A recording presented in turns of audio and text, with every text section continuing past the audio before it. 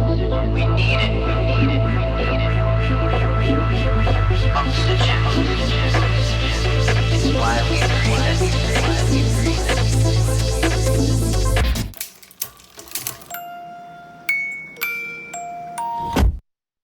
Hey everyone, welcome back to another episode of Small Biz Stories. I am your host, Dr. LL, and as you know, every week we bring to you really amazing guests. I tell you, I am so honored with the folks that we have coming in.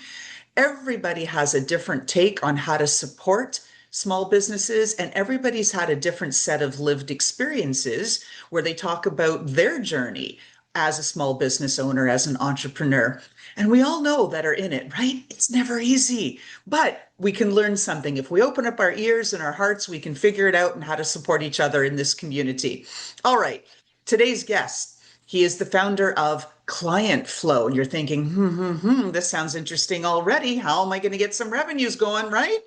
We've Well, got Filip Sardi, who calls himself the marketing nerd from Croatia. Now, I think we can do a better tagline, but Filip, welcome to the show. great to be here and excited to share more about client flow and other stuff as well. Well, first of all, tell us what you're really good at. What am I good at? Uh, Yeah, what are you good I'm at? okay, I'm good at eating. I love eating, so that's one of the most important things. I'm a foodie passionate who travels the world, and if my life would be a pie chart, 80% would be spent on eating delicious food around the globe. So, but we can get back to business now. I think you asked me about the business, right? Well, no, I mean, I just love that you are so genuine in your response. No one ever said, it's like, yeah, I'm really good at like marketing or whatever. Now that you've mentioned food, you're gonna have to share. What's your favorite food? You got to have one Uh, favorite. Yes, I have one favorite. I don't know how to say it in English. It's called sarma. It's local food. It's like meatballs wrapped in sauerkraut and boiled in a delicious sauce with mashed potatoes. So it's more like Eastern European food. And if there is one food, I could eat that forever. And then one ingredient in terms of like the self, that's in itself the food, it would be cheese. So those are like the favorites ever. What about you? I share in your love of cheese. Even though I'm lactose intolerant, I swear that I existed in a former life as a mouse on the Champs-Élysées, having champagne and cheese and croissants. I swear, chocolate croissants like that. I was a mouse that lived that. Perfect. We are best friends already. I like that. Excellent. Well, now tell us what you're really good at in a professional capacity, because you've got a tremendous body of work that you've done in marketing. So talk to us about what you're really good at. So I believe I'm good at that something that I was told that it's not to be good at being a generalist and understanding every part of the business. So having, the holistic approach and basically being able to discern the strategy and turn it into easy like step-by-step process for like different team members for client implementation and that stuff. So taking complex, making it simple, and then making sure clients implement that. Ooh, I like that because there is a lot of complexity out there, especially in this age of digital marketing. It's Yeah. not only the complexity of each of the things that has to happen, but because there's so many things that has Yeah. to happen. And I love that you can break it down. I guess this is the origin of client flow. Yeah, that's the thing because before I would be like when I was starting out, like probably most people, we are overwhelmed and we try to learn everything and think that we need to know every step of the way in like 5 steps ahead and we need to be experts in everything. But this is one of the biggest stuff that's blocking us. Like you said, when you're teaching your clients, you teach them what just like one simple step here, here, and here get the ball rolling and then learn along the way as they go. So while understanding complexity is important, making it simple is way more important. Oh, I'm all about that. We are like this is a meeting of the minds, Philip, because I Nice. am always telling clients, you don't need to boil the ocean. Just do one thing at a time, right? Fix it. One thing, Yeah, just one, and it makes a yeah, difference. it does. Now, Really does. Talk to us about some of your entrepreneurial journey because, like everybody else, you haven't been doing this for 20, 30, 40 years every year on the planet that you've been going around eating this sarma dish that you really, really love Yeah. so much and cheese. You've been doing other things. And I think it's really important to share because each of us needs to pivot and adapt to the market. What are you comfortable sharing about your previous business experience and where you are today and how you got there? Oh, first, I'm not sorry about a thing in terms of like what deterred me, or what determined my direction, because 15 years ago, I started knowing that I want to do something, and I'm not gonna tell a long story for the next 45 minutes. I'm just gonna fast track. But like I always knew I wanted to have something of my own. Started in Croatia, started web design, web development stuff, and then I launched a fashion startup in Croatia, which was getting really popular, and we had thousands of members, fashion creatives combining together. But I knew nothing about the business and everything fell apart. And basically, 2013 was by the end of 2013 was my first bankruptcy, and I was like, okay, my world has ended.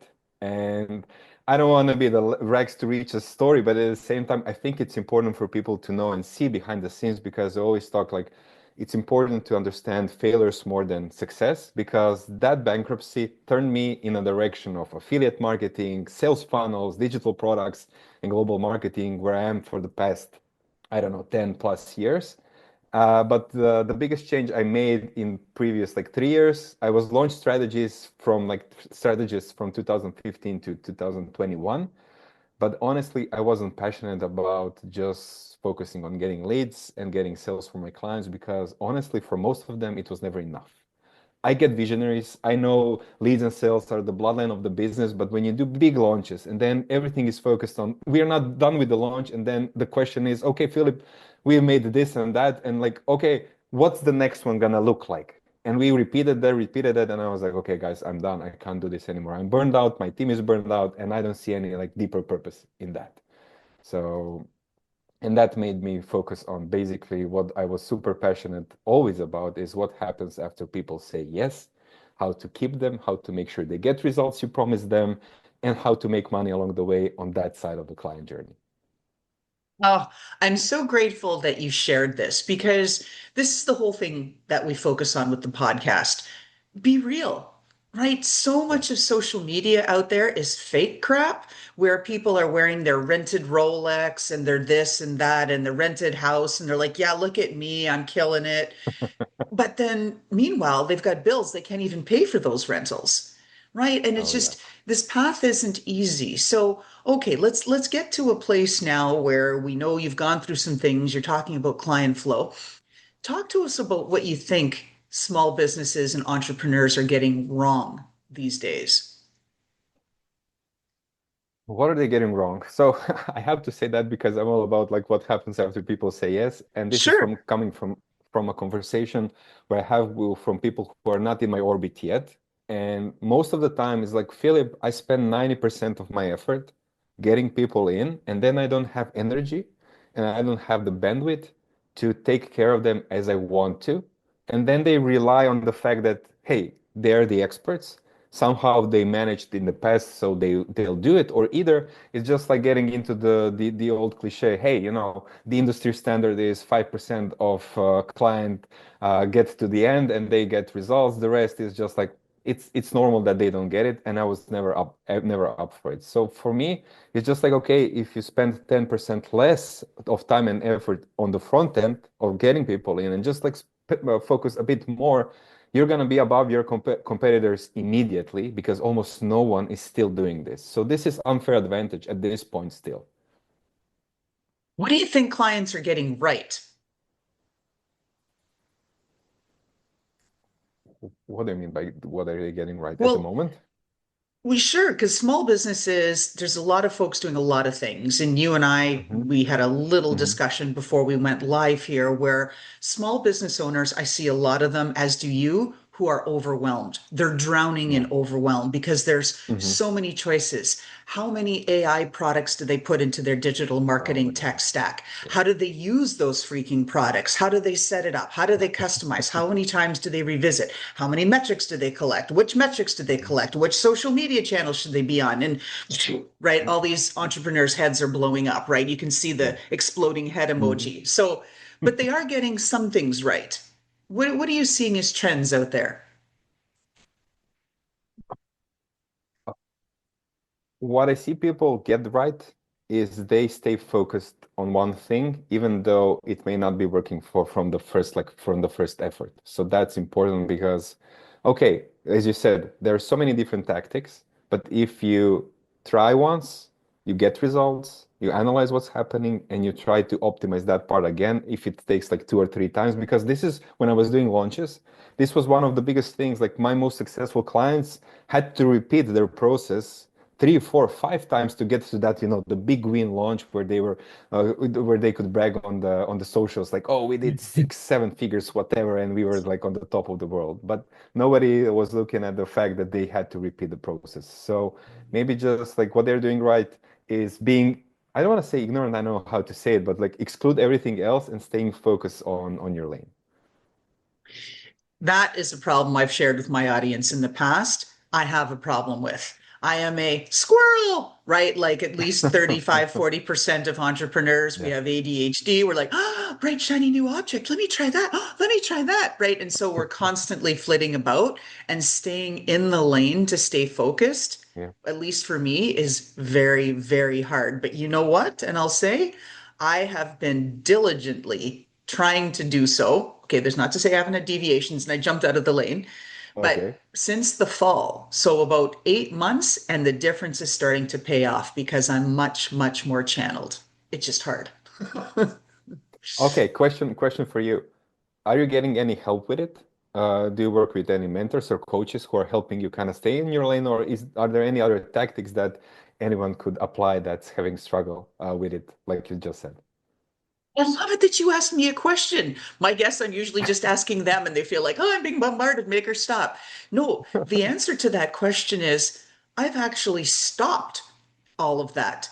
All the mentorship, all of the like the business Okay. coaching, the business partners, the people in my ear, chitter, chitter, chitter, chitter, like because they were Yeah. pulling me in so many different directions.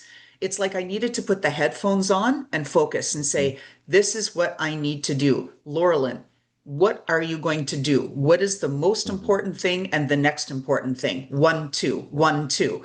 And then I go through Mhm. that. And what I'm doing, I also, a method that I've taken on is called the 12-week year.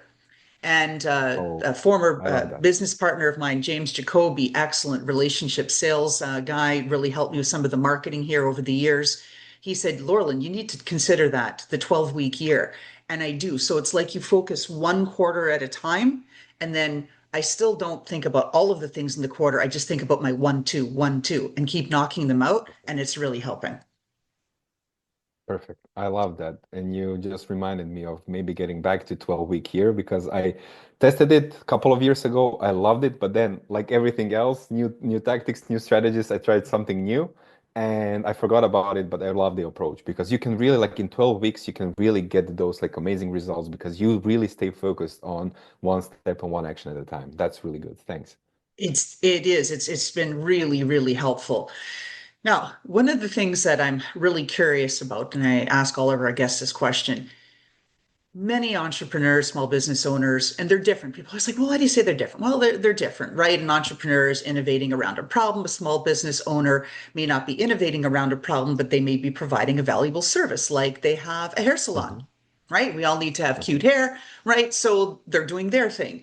But anyway, that said, a lot of folks are going to these accelerator programs, these business boot camps, these kinds of things, or going taking their MBA, but they're coming out and saying, "Yeah, I don't know, like it just didn't get me everything I needed." What do you think's missing from those programs today that entrepreneurs should I, learn more about? I think they should learn less because this is the trend I'm seeing. Yeah, this is the trend I'm seeing. Like they get everything they get too much stuff, and then the defense mechanism is basically, oh, I didn't get enough because they got too much, so they were refusing, unconsciously they were refusing to kind of not to learn, but have all the stuff that they've heard about settle in, so they could start applying it. Basically, it's the same with coaching programs, group programs, because one of the biggest things we are doing at the moment when we are focusing on how people consume programs is cutting everything but essential steps and essential modules and videos to make it easier for them to consume what's most important, because then they're not lost in all these bonus informations. Because in the past, it was the more people, the more modules, the more videos you get into the course, you can say, hey, my course is 55 modules, 75 hours, is worth 5K because there is so much stuff inside. Nowadays, then it was already overwhelming, but today, no way it can be sold or even consumed. So I would say, like, long story short, they are getting too much. They're not getting specific step-by-step plan based on their situation. Like you said, difference between entrepreneurship and small businesses is huge. They need to get a plan for them, and not like just, oh, big business plan. Here are the 5 L. Like, oh, here market, here is lead gen, here is sales, here is customer support, and then you get it. That's not working, and it's not gonna work for them. Oh, and I love that. It really is, I guess, a good connection and correlate to like what I said about putting on the headphones and just tuning some of that stuff out, because Yeah. it's too Yeah. much. It's too much. Like, how do you have time to write your book, post all your socials, this, that, like, you just makes your head Yeah. spin. No, no, I agree. Just get channeled into what you need to know. So before we get into the secrets, right? Woo hoo hoo hoo, on the back end, right? Which is where revenue Okay. can be made. Before we get into that, a couple of things. Exactly. One, I like to give our listeners a tip up front. And I didn't do that early. I was so blown away by the cheese comment and all of that stuff. I lost track of where we were. So talk to us. Give our entrepreneurs your best tip. My best tip, okay. Make sure to define micro wins along the way, not just the big outcome, because it's not about setting the big outcome. Yes, we can get to the big outcome, but you're going to lose your clients if they don't get the momentum, and they're getting momentum by achieving small wins throughout the journey. That's the Ooh, big one. And I can get into specifics, but like the conceptual thing, that's, I would say, if I had to say one thing, this is the biggest change that they can apply to their business. I like that. Again, that's just it, right? Everybody can run a marathon, but you've got to do it one step at a time, right? Got to Exactly. stay focused on Exactly. that. For the folks who are listening and they have the audio experience, they're not watching our Midlife Success YouTube channel for the full video experience. I ask my guests to describe themselves, the room they're in, whatever, so that our listeners can paint a picture and say, ooh, okay, who's this person chatting? Why don't you give us the visual? Okay, I'm in my rented apartment in the center of Zagreb. It's like 10 minutes from the main square. I have this beautiful gallery, and it's like on the top floor, and I'm seeing like the beautiful backyard. And you don't see that, but you can imagine the apartment is full of boxes because I'm moving in 3 days. So they can Oh, imagine that part, the struggle that's gonna come in the next 2 days with moving all those boxes to the new location. oh God, I hate moving. I have lived in 3 countries, 6 states, and moved 20 sometimes. I hate it. Oh, and you're spending time with us. We're so honored. Thank you, Philip. I hope it's a Oh, I'm successful move having for fun. you. Oh, it's gonna be. Like there is no choice but to move everything and just like say goodbye. Well, there you go. It's what it takes. For me, it's all of the death by a thousand cuts stuff. It's the internet, it's this, that, your Microsoft, nothing works. Like just everything just blows up when you move. I don't know why, but I mean, yeah, I get it. So that said, and for the folks, my visual, I'm sitting today in a room where I'm sitting on a black bench, got long blonde hair, and I'm sitting here in front of a blue wall with a really funky modern abstract sculpture that's like a stylized lightning bolt. I like it because it Hmm. gives me energy. All right, let's get into some of this stuff. So we talked about having you on the show because you have found a way to look at the back end and create some revenue from opportunities in ways that people don't really consider. Talk to us a little Yeah. bit more about what you do and how you do it. Okay. So getting into nitty-gritty and a bit Yeah, technical the weeds. stuff. We're going into the Yeah. weeds. Come on, let's dive in. Okay, let's dive in. Let's dive in. I'm ready. I'm ready. I was waiting for this. So it's gonna be monologue 20 minutes. Three, two, one, go. No, I'm just joking. Okay, so it's what I've learned by like firsthand having group programs, having different types of programs, working with clients who had like thousands of customers. They're basically four make or break, let's call them milestone on the in the programs and client journey after someone joins the program, where we can make a difference, make sure that people stay longer and until the end. And every of those milestones is opportunity for us to upgrade them. I'm saying upgrade, upsell them, but people, I don't know why people hate the upsell word. Maybe we are all being upsold too too often, and with gurus who like sell us stuff and don't provide value. But at the same time, you can do it in a natural way, and this is one big change that I'm working with my clients with is just making sure that they know when they have a program and when they notice that someone can do better, can get results faster, why not offer them the opportunity to upgrade, to maybe work closely? And people will say yes, because it's not forcing people to say yes in the first 5 minutes of the program. It's basically offering to help when they need it. And that's the biggest change. For example, we are removing unnecessary educational stuff from many programs, but there are some nerds who like to be educated, who like to learn more. Why not bundle this and package and say, hey, for those who want to learn more, here is the upgrade package, and you can go through those 5 hours of video. But most of people don't want that. Those who want, they will buy that as well. So we have like those small compound wins that in the end massively increase customer lifetime value without pushing that, immediate upsell or sell when that it doesn't feel, pushy and salesy. And I've hear you on the folks saying, "Ooh, I don't like the upsell." But actually, I had a guest on a couple of weeks ago, and he spoke about the importance of the three aspects of the sale. There's the Okay. upsell, the cross sell, and the downsell. Yes, So exactly. that when you've put all that effort into getting the customer there, you make sure that they don't leave without making a purchase. And that's the downsell, right? If nothing else, you didn't Yeah. want this, you didn't want to be upsold, but boy, oh boy, take that downsell. So I'm Yeah. all about it. I mean, anybody who's in business and says, well, yeah, I'm not really in it. I don't really care about making any money or anything. Well, then you're not in business if you're not making money. And as long Exactly. as you're ethical about it and not gouging people or delivering or not delivering a service that you Mhm. promised, I think it's okay to talk about making money and adding to that customer's value and experience. Of course it is, because I've had like countless conversations in terms of, okay, why do I need to upsell someone? Why do I need to downsell or whatever? Because I can give them everything in one program. And that's one of the biggest mistakes, because you're not doing service to anyone, not to you, not to your clients, because they're not gonna get results. You just throw everything at them, and then we are coming back to the point of our conversation, like today, when you ask me, okay, what they're not getting? They're getting too much, especially MBAs and all that stuff. Like they're getting so much stuff that's unnecessary, and we get lost. And then no one's gonna get results. Your client's not gonna renew, they're not gonna stay, you're not gonna get testimonials and case studies. So we have to make sure that we promise a relatable outcome, that we have clear steps for them to get there, a way to support them, and to offer additional help if they raise hand saying, hey, I want to get there easier or faster. And that's it. Super simple.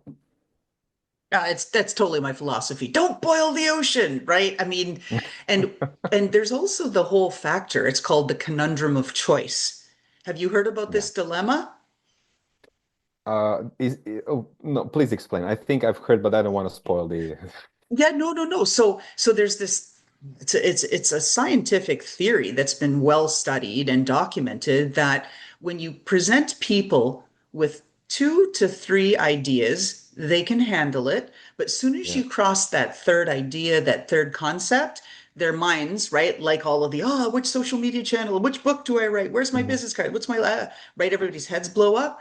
After three, they just can't make a choice. They're paralyzed by analysis, right? It's like analysis paralysis. It's too many factors to Yeah, consider. So they make the choice of not doing anything to move forward. yeah, yeah. And even okay, one additional example is one of the big mistakes people are doing. Okay, we gotta have marketing, and let's say we are ethical, but still we create this emotional hype when we are Mhm. selling. So people have expectation, and then there is like the expectation versus reality gap, because when they get into a program, then they sign up, and what do they get? Okay, here is welcome email, here is login, and that's it. You're in. And like a day before you promised me you're gonna save me, you're gonna coach me until the heavens come and all that stuff. So we got to be really careful in terms of like what we are promising, how we are making the transition, and actually just keeping it realistic, because I'm glad that nowadays people don't believe hype anymore. We've been through, the golden era in a way, the COVID era, when everybody exploded online and you could say whatever you want, everybody was buying and all that stuff. But people have become very more sophisticated. They have become more skeptical at the same time. Yes. And I'm glad that we're kind of normalizing that, and that normal people, ethical people can sell and they can work with clients and grow their business without, pushing and having hypey tactics. Oh, that just struck a chord because I remember my first job out of my PhD. I joined a startup. And yes, it was 1,000 years ago. Dinosaurs were still walking around. Yeah, yeah. Anyway, the first boss that I had, she was wonderful. She was dressed in this suit. She had taken her Miller Hyman sales training. She had her beautiful book, everything leather bound, her Mont Blanc pen. Like I just thought, oh, Nancy. And I remember her very first meeting with all of us. And she said, if this startup is going to work, you must underpromise and overdeliver.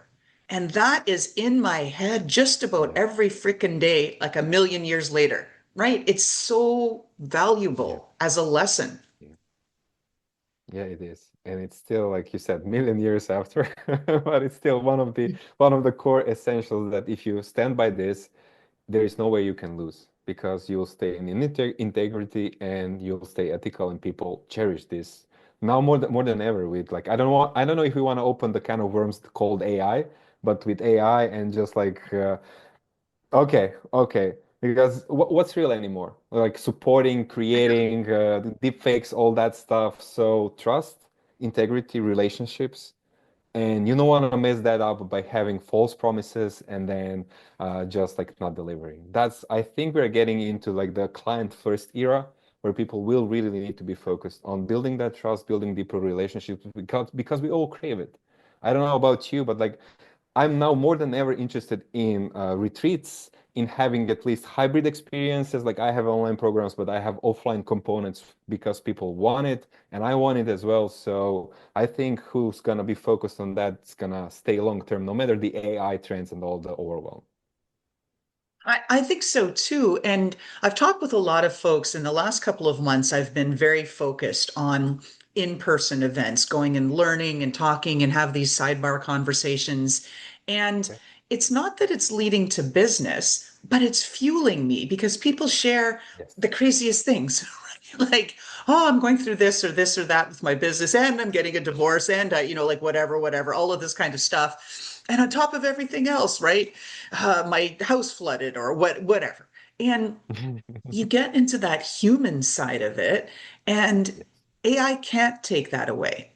And I Yeah. think that that's what it is becoming, where people are just getting more and more narrow in Hmm. what they want and in who they want to interact with, just because again, this conundrum of choice, yeah, you've got to filter out so much of the noise. So if you can be there and be authentic and provide a solution that they need and deliver on what you promised you're going to deliver, and in fact over deliver, you're going to be in good shape. That's it. It's simple as that. But you reminded, I have to ask you one more question, because you have a lot of conversations, like a lot of podcast conversations weekly. you go around events network, and I bet a lot of people are, of course, talking about the trends, the AI trends. Do you notice any like similar patterns, anything that's repeating over like the conversations that you see as emerging trends in thinking about the AI and how people perceive them, or is it still like scattered all over the place? No, I see a couple of trends. One of them being people feel that they've got to have a book now as their calling card, right? Everybody's got to Okay. have a freaking book. So I'm seeing a lot of people using AI to write their books. As an author myself, and I'll add an award-winning author, I no, I don't use AI to write. I don't want to have that. The Yeah. words that come out of my head are the ones that come out of my head. And so I see that trend because the entrepreneurs are feeling pressured to do it. And I don't particularly like that. I think that Hmm. everybody, it's okay, use Gen AI, get some ideas, get some things, get some thoughts, but you've got to put Hmm. things together and package and assemble them your own way. Otherwise, again, it doesn't come across as authentic. And we keep coming back to that word, but Yeah. it also, I don't think it really helps your brand or credibility because everybody's doing it. So you're Exactly. not standing out. You're just Exactly. like the lemming jumping over the ledge, right? Oh, you jumped. Oh, I better jump too. I better get my book by AI. Bet. And I don't get it. Yeah, and I see like all these tools, and now we have to use all these tools because everybody started using these tools, and we'll have support channels, audio channels, whatever channels powered by AI, on all that stuff, and it kind of loses its purpose if everybody has it, and that at the same time, we are not working on the quality anymore. And going back to the book, for me, the books are sacred. So one of my goals is really having written physical book and having it on the shelf, and that's at least for me personally it's like, okay, this is one of the biggest thing I can do. And just having the book written by AI, even though I can teach the models, I can teach the style, but part of my I believe that when you write the book, part of your soul stays in that book, and that you can only do that by really sitting down and writing the damn book without AI. Maybe I'm I old-fashioned, but you are award-winning author, so I think you can agree with that. Oh, for sure. I won in a very big competition, a national indie award. I won the gold medal for the year for the best indie book of Mhm. 2018. I published the memoirs of my now deceased friend. And the amount of effort and emotion that you put into it, it's unbelievable. I'm very close to publishing my next book. I've had a couple already, but that one had good success. Congratulations. And this next Nice. one is a business book. But it's taken me 2.5 years to research, write, go back and forth. And so, yeah, my heart and soul and tears and blood and sweat and It's everything's like in there, right? all that stuff. Yeah. It's how it is. And Yeah. I want to get back to the making it simpler for businesses and what to do and where to look. That was one of the Hmm. lessons that I had. You said on the other AI. Not too long ago, I went to this big small business expo in New York City. Okay. 40,000 registrants, right? So it was a small show. And so lots of folks there. And in the speed networking, I got to talk to so many people. And over 50% were offering some AI solution. We'll do your AI automation. We'll do this. We'll do that. Yeah. And then, maybe 25, 30% were offering a digital marketing solution. And then everybody else was kind of a mixed bag of coaches, will help you write your book. We'll do something, right? A couple of ladies there Hmm. made balloon art. So very, very random and wide, spreading types of businesses and solutions. But with that AI thing, what I saw as I watched and I looked around the room and I saw the people that had just pitched me going to the next person beside me and Hmm. pitching, you just see the glaze. People are like, yeah, whatever. I can't take it. If I hear one more AI freaking thing, AI is not all that and a bag of potato chips. It's not Yeah. going to save you, right? And if you listen to one more webinar and you wait, it's a 1 hour webinar, and at 58 minutes, they're like, all right, now we're going to tell you the solution. And the solution is click right here, right? And for only 399 per month, we will do whatever it is that you're dreaming that you want Yeah. them to do. And it's just, I don't think it's going to happen. No. No, it's not. It's like the dot-com bubble in a way. I think yes, we need to use it. It's gonna make the life easier. It's gonna make stuff faster. It can analyze all those like amounts of data. For example, what I use it at the moment, we're developing like internal tool, is just making sure when I get weekly client report, it gets stored and I can get it analyzed no matter how long like how many weeks of the reports we have, and I can get the sentiment for the group and for the individual clients. But at the same time, I'm reading the reports and I know what's happening with my clients, and I'm not replacing communication with my clients because of those reports. And people think because they're being sold AI is a magic tool that's going to replace everything. No, it's not. And we're just getting too overwhelmed. And yeah, it's like getting over our heads. And then even the quality tools that we would use, we just ignore them because we don't know anymore what's good, what's not. And then, yeah, I don't honestly don't know what to think about it. And I call myself like I'm a tech nerd. When I look at the Me too. AI, I'm like the like a prehistoric caveman. Like, oh, where do I look at? I don't know which tool works, which doesn't. Well, again, it's all about, I think, the application. Like you, I'm technical, I'm in marketing, I understand the space, and you want to use tools that are going to boost your productivity. But I think, you asked me just back to the trend, another trend that I'm seeing, Yeah, besides people just perfect. using AI to write books for them, is this whole trend of using AI in their marketing or their communication with their customers, Hmm. whatever it is, where they just rely on the AI tool to barf up whatever it barfs up and then they copy paste Yes. blindly and send it out. And I don't think that's working either. No, it's not. And I have a small anecdote. Like I was working with a client and I gave him, he was supposed to write some copy for a sales page or something like that.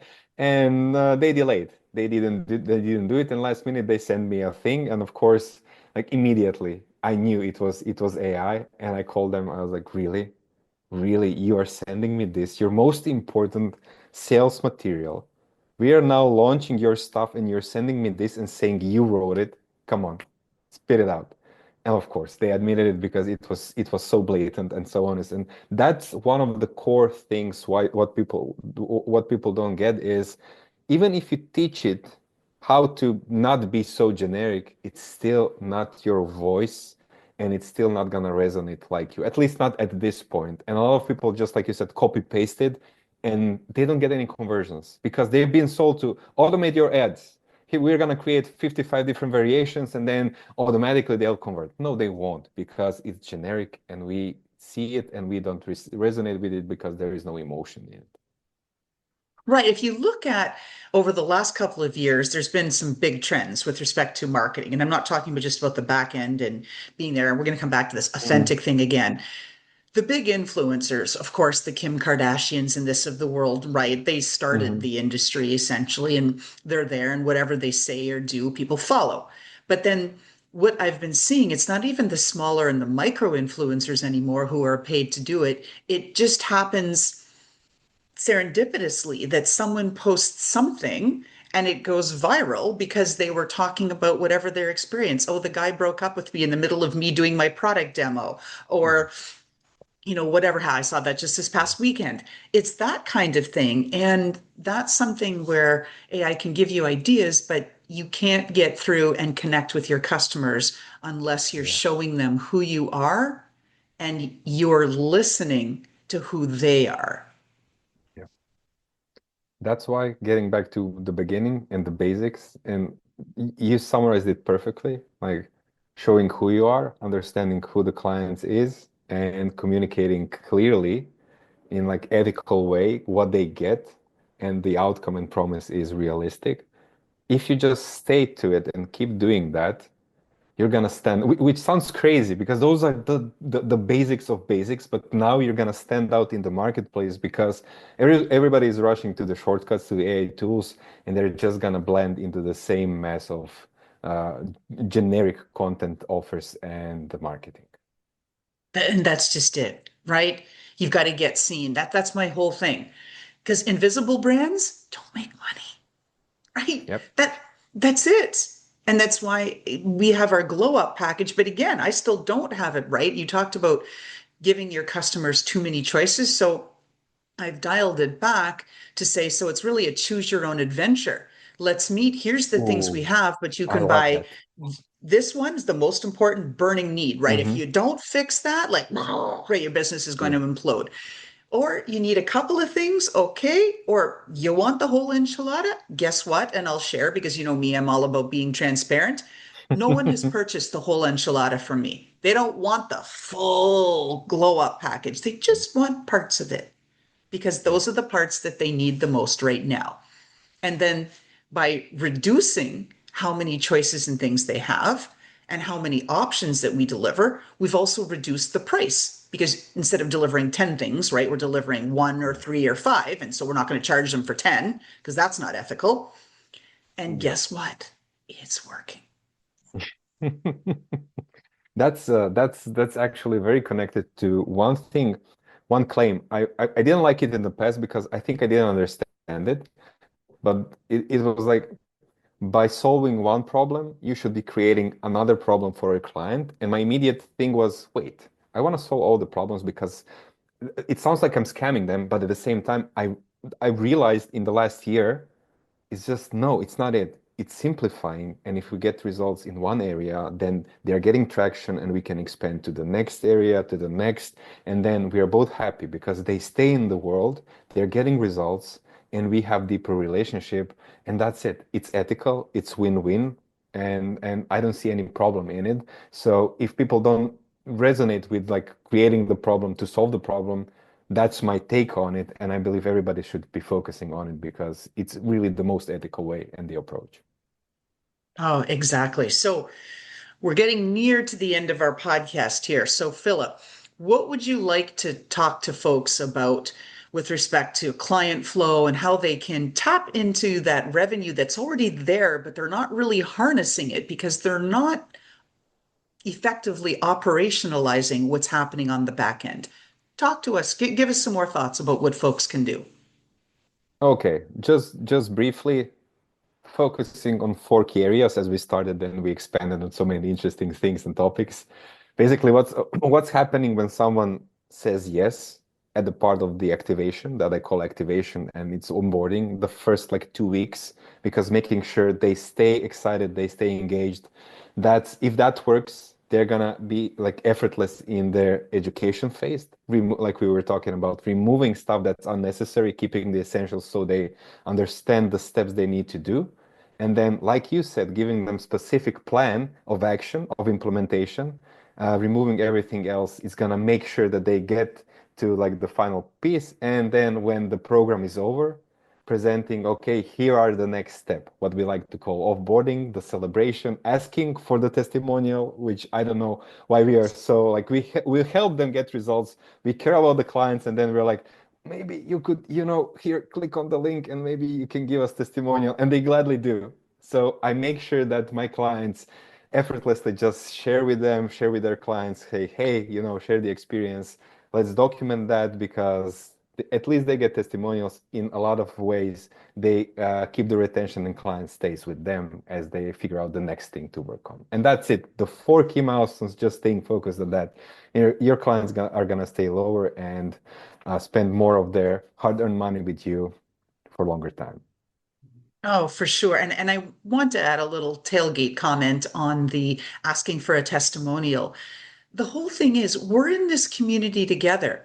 Some of us, it's co-opetition, right? Half competition, half Yeah, collaboration. So it's I like co-opetition. that. Nice. I don't even remember who I learned that from. Actually, I do.